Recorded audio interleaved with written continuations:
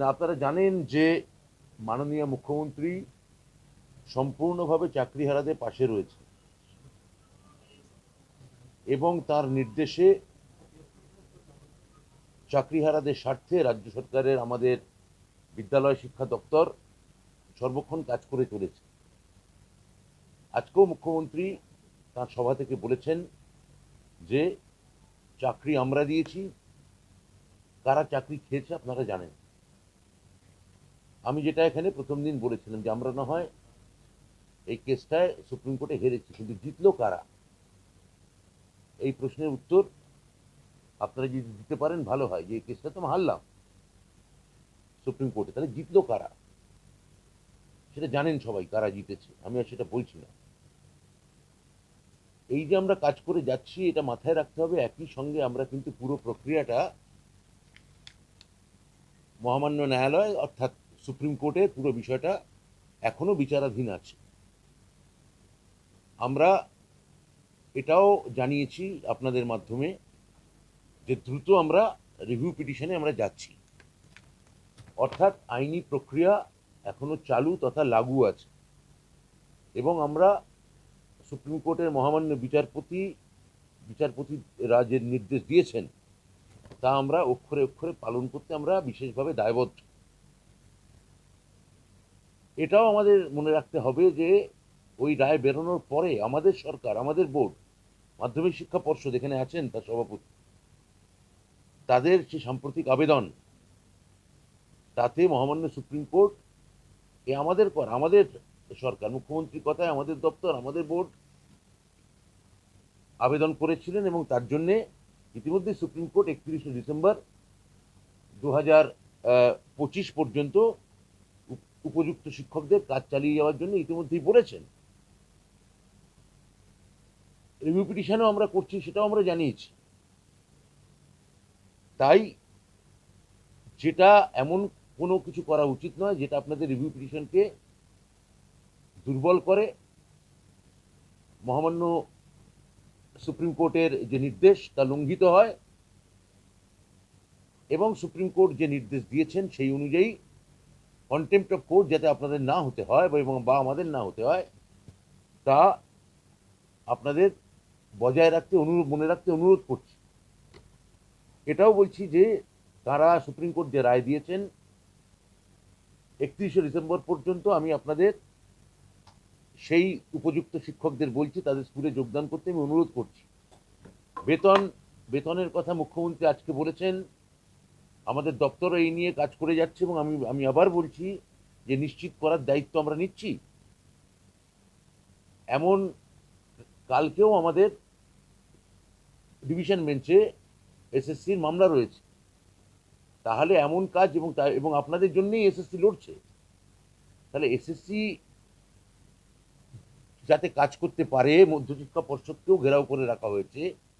মধ্যশিক্ষা পর্ষদ যারা আবেদন করেছিল এবং একমাত্র সরকারই আপনাদের পাশে আছে, এটাও আপনারা খুব ভালো করে জানেন। তারপরেও আপনারা যাতে কাজ করেন এবং আমাদের সঙ্গে সম্পূর্ণ সহযোগিতা করেন। এবং এমন কোনো আমরা প্রথম দিনেই বলেছিলাম যে আমরা যা কাজ করব তা আমরা লিগাল কনসালটেশন নিয়ে করব, আইনি পরামর্শ নিয়ে করব। তো আমরা প্রত্যেকটা ধাপ আইনি পরামর্শ অনুযায়ী এগোচ্ছি। আমাদের কাজ আমাদের করতে দিন, আপনারা গিয়ে আপনাদের কাজ করুন, এইটাই আপনাদের কাছে আমাদের স্বনির্বন্ধ এবং বিনীত অনুরোধ।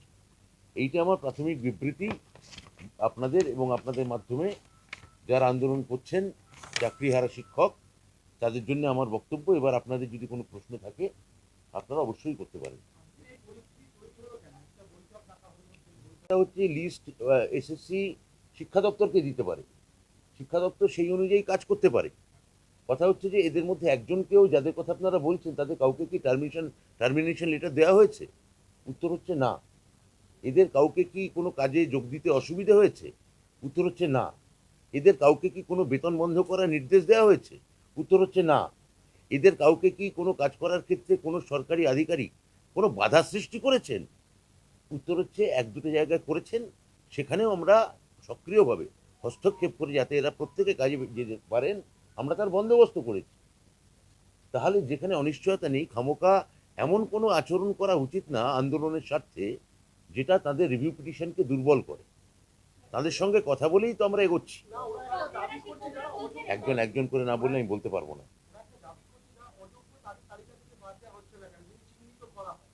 সেই তালিকা তো সুপ্রিম কোর্ট দিয়ে দিয়েছেন, এটা তো আমাদের আর চিহ্নিত করার কিছু নেই, সুপ্রিম কোর্টই জানিয়েছেন, তো সেটা আছে, পাবলিক ডোমেনেই আছে।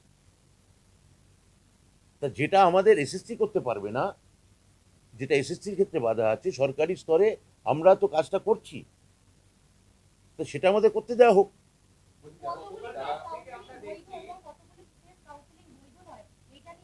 এইটা নিয়ে দেখুন, এটা কোন থার্ড ফেজ ফোর্থ ফেজ এগুলো যেগুলো আপনারা বলছেন, আমরা জানিই না এগুলো, এগুলোর কথা আমরা বলিনি, এসএসসি চেয়ারম্যানও এটা বলেননি, এবং এটা আমাদের কথা হচ্ছে যে এটা সুপ্রিম কোর্টের অর্ডারেও কোথাও লেখা নেই।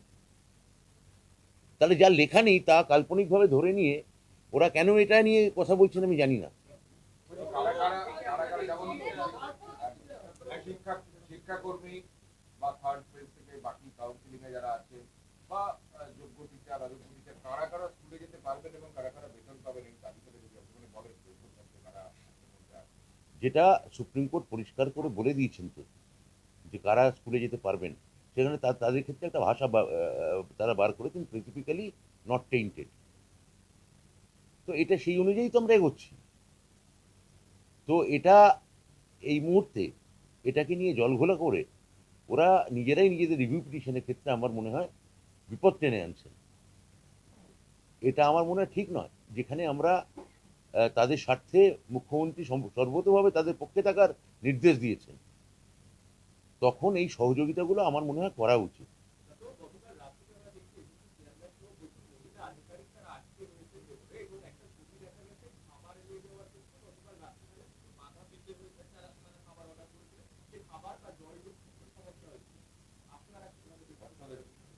না, এটা কেবলমাত্র এসএসসির ক্ষেত্রে না, পর্ষদের ক্ষেত্রেও একই জিনিস এখানে হয়েছে।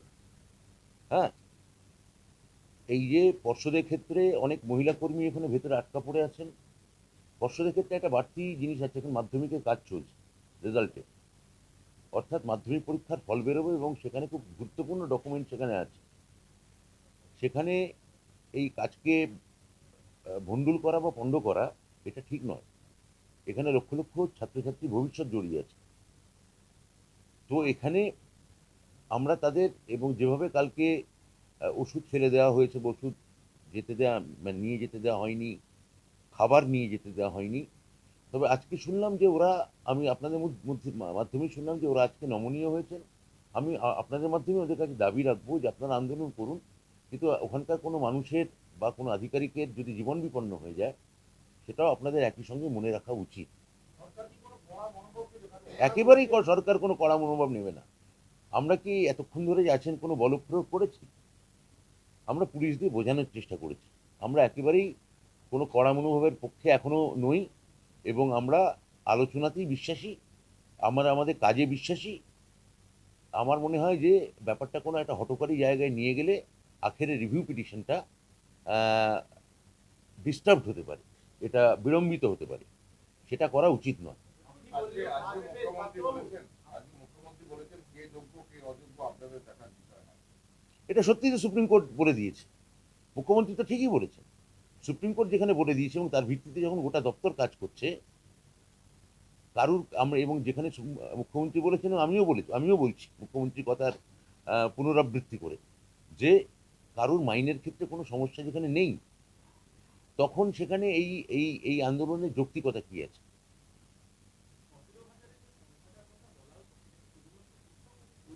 না, গ্রুপ সি গ্রুপ ডির ক্ষেত্রে তো একটা পরিষ্কার সুপ্রিম কোর্টের ডিরেকশন আছে, আমরা রিভিউ পিটিশনে তাদের কথাটাও বিশেষভাবে বিবেচনা করে আমরা আনবো। কিন্তু সুপ্রিম কোর্ট এখন অব্দি শিক্ষকদের ক্ষেত্রে এই যে নির্দেশ দিয়েছেন, সেটা আমরা অক্ষরে অক্ষরে পালন করব।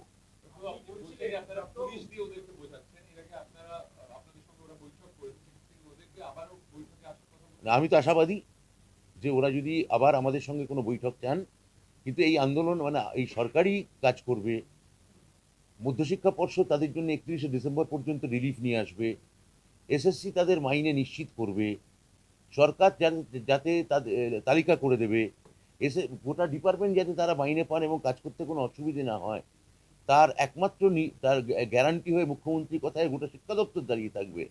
আবার আপনারাই আমাদের মধ্যশিক্ষা পর্ষদের অফিস ঘেরাও করবেন, এসএসসির চেয়ারম্যানকে খাবার খেতে দেবেন না, তিনি যাতে কন্টেম্প্ট অফ কোর্ট হন। আগামীকাল ভাইটাল তার কোর্ট ডেট আছে, কলকাতা হাইকোর্ট ডিভিশন বেঞ্চ, তার কাজ করতে দেবেন না। এই দুটো কি করে একসঙ্গে চলতে পারে? আরেকটা কথা প্রাপ্তবাবু, অযোগ্যদের টার্মিনেট করার কি কোনো পদক্ষেপ আপনারা নিয়েছেন? আমরা জানতে চাই। সেটা আমরা আবার বলছি তো, আমরা এটা আইনি প্রক্রিয়া স্তরে আছি। প্রত্যেকটা ধাপই খুব খুঁটিয়ে দেখা হচ্ছে। আমাদের দুটো দিক মাথায় রাখতে হচ্ছে, আপনারা মনে রাখবেন। একই সঙ্গে আমাদের সুপ্রিম কোর্টের নির্দেশ পালন করতে হচ্ছে, একই সঙ্গে যারা বঞ্চিত, যারা চাকরিহারা, তাদের প্রতি সম্পূর্ণভাবে যাতে আমরা মানবিক এবং থাকতে পারি, এবং যে আমি আমার প্রাথমিক বিবৃতিতে বললাম যে একজন নিরপরাধী যেন শাস্তি না পায়, সের ব্যাপারে আমাদের সতর্ক এবং সচেষ্ট থাকতে হচ্ছে। সেখানে এই আন্দোলন, আপনাদের সঙ্গে ক্রমাগত কথা বলা, তাদের মাধ্যমে মিটিং, আমি তো আবার বলছি, আমি পরের ধাপে আবার তাদের সঙ্গে দরকার হলে বৈঠক করব। কিন্তু এই আন্দোলন থেকে তাদের এক্ষুনি প্রত্যাহার করা উচিত। কেননা একমাত্র এখন অবধি দেখা যাচ্ছে, তাদের অভিজ্ঞতা বলছে যে মুক্ত শিক্ষা পর্ষদ কোনো 11% শিক্ষকের কথা বলছেন না। মধ্যশিক্ষক পর্ষদ যেটা বলেছেন তা এভিডেভিট করে পরিষ্কারভাবে জানিয়েছে, এবং সেটা পাবলিক ডোমেনে রয়েছে। কোনো নির্দিষ্ট পার্সেন্ট বা ইত্যাদি তারা বলছেন না। তারা যে আবেদন করেছেন তার ভিত্তিতে পরিষ্কারভাবে সুপ্রিম কোর্ট বলেছেন যে এরা সকলে এখন কাজে যেতে পারেন টিল 31 ডিসেম্বর। সেই সংখ্যাটা পাবলিক ডোমে এসএসসি এক্ষুনি জানাবে, আমরা জানিয়ে দেবো। তার থেকে বেশিও হতে পারে, সেটাই অঙ্ক, সেই ক্যালকুলেশনটাই চলছে। আন্দোলন, আমি তো একবার বললাম যে আপনাদের এই মুহূর্তে আমরা যাতে কন্টেম্প্ট অফ কোর্ট না হই, আপনাদের এমন কোনো আচরণ করা উচিত নয় যেটা রিভিউ পিটিশন আপনাদের দুর্বল হয়। আমরা দ্রুত রিভিউ পিটিশনে যাচ্ছি, যেটা আমরা আপনাদের পক্ষে যাচ্ছি। আপনারা কেন এটা করে আপনারা এই ধরনের একটা হারাকিরি করছেন? আমার মনে হয় এইটা না করে সদিচ্ছায় আপনারা আমাদের সদিচ্ছায় সারা দিন, এবং আপনারা যদি বলেন পরের ধাপে আবার কোনো বৈঠক করতে হবে, আমরা করব। আমরা দু দফায় বৈঠক করেছি, আমরা বৈঠক করেছি, তবে তৃতীয় চতুর্থ দফা তো করতে রাজি আছি।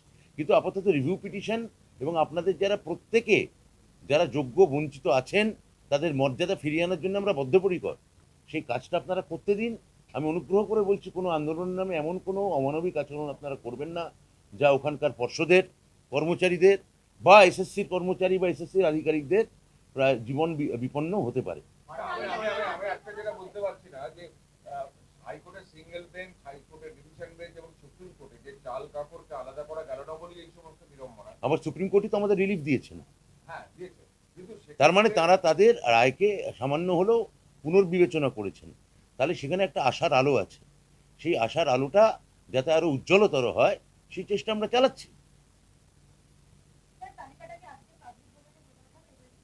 না না না না, এটা তো পরিষ্কার আমি বলে দিচ্ছি, কোনো তালিকা প্রকাশ হবে না। কেননা এটা আইনি আমাদের পরামর্শদাতারা বলেছেন, এটা সুপ্রিম কোর্টের এরকম কোনো গাইডলাইন নেই। এরকম করলে এটা কন্টেম্প্ট অফ কোর্ট হতে পারে।